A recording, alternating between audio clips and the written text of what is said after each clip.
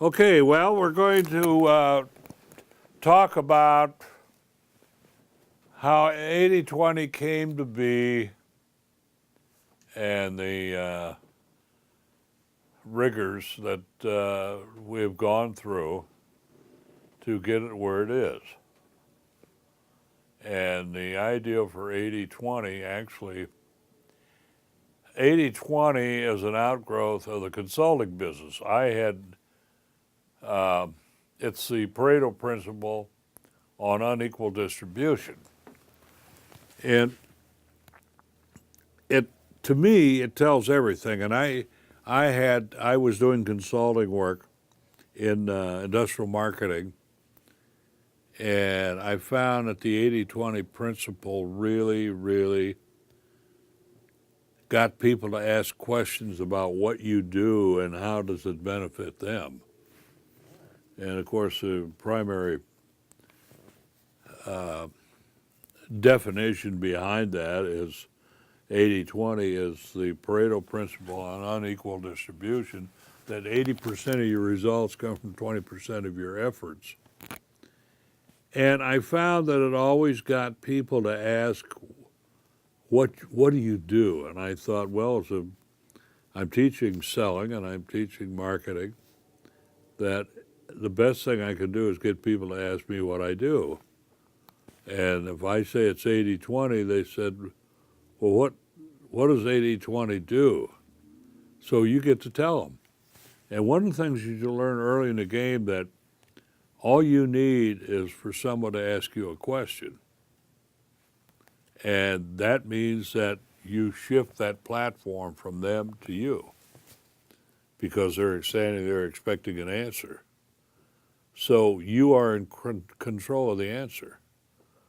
And you can make that answer fit whatever you want it to fit. That's part of salesmanship, is qualifying.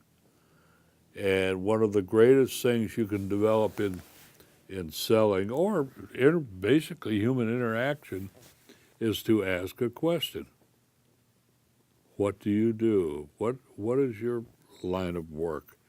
The greatest icebreaker you'll ever get. It always has been, because you ask the question and then somebody gets to answer it.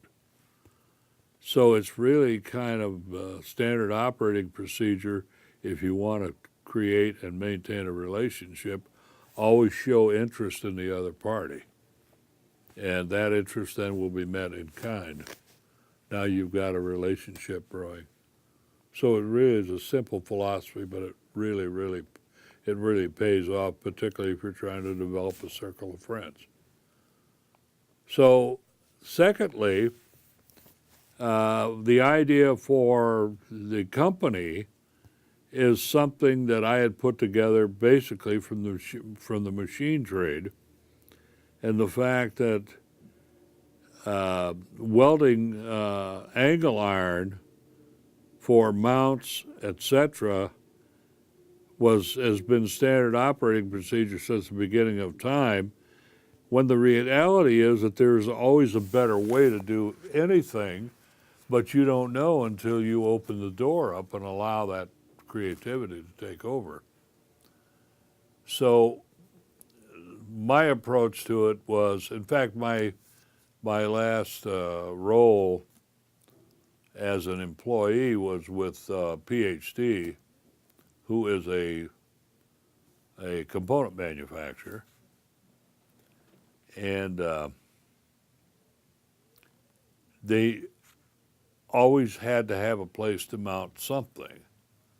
And so it occurred to me that the T-slot extrusion had a real benefit for doing just that. And that was really the foundation of the company, because no one was addressing that market. There were several T-slotted aluminum extrusion manufacturers in business, but none of them were addressing the market that I was thinking of.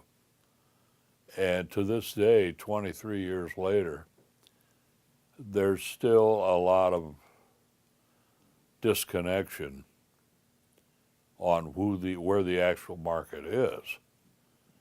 And the market is in offering mounting possibilities for all types of products. And it's kind of morphed into something that's really, really exciting because there is no end to the market. It's unlimited. Now, we have a lot of patents and we have a lot of coverage, and we knew that we really felt strong about that taking place. So we've done the diligence in covering ourselves, and everyone that tries to copy what we're doing, we sue, and we win every one. So we're proving a point, and bless the Free Enterprise Society and the laws that govern the land. That one has worked well for us. So where are we going to go with it? Well, the next question is, if you do demographics, and I have great respect for demographics because they tell me where we can be. And if we, for instance, David Pink is an author that wrote the book on A Whole New Mind, and the premise in the book is a study on left brain and right brain people, and it seems that there seems to be an even division between left and right. Now, the left is considered the scorekeepers, and the right brain is for the creative people. So if we have 350 million people in this country, half of them are left brain, the other half are right brain. Well, the right brainers then number about over 150 million of them, and they all would connect with our type product and use it. So we've really adopted a plan of selling to the right brain people with emphasis rather than to a company. And it's proven to work very well for us. So the outcome is yet to be learned. And I think we're years away from the outcome.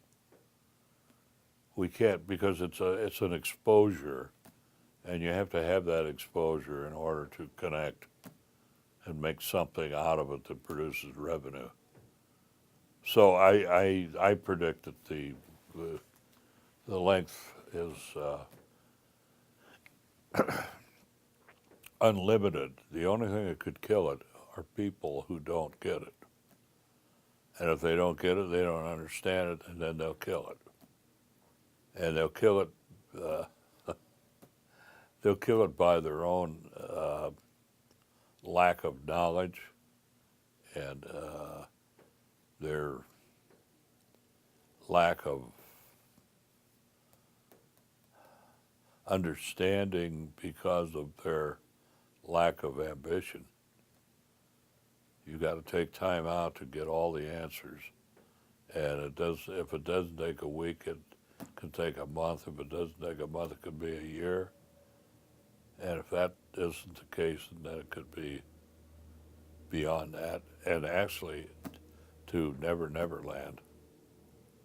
So it's really a matter of, we're right back to the basics. It's called, you got to work it.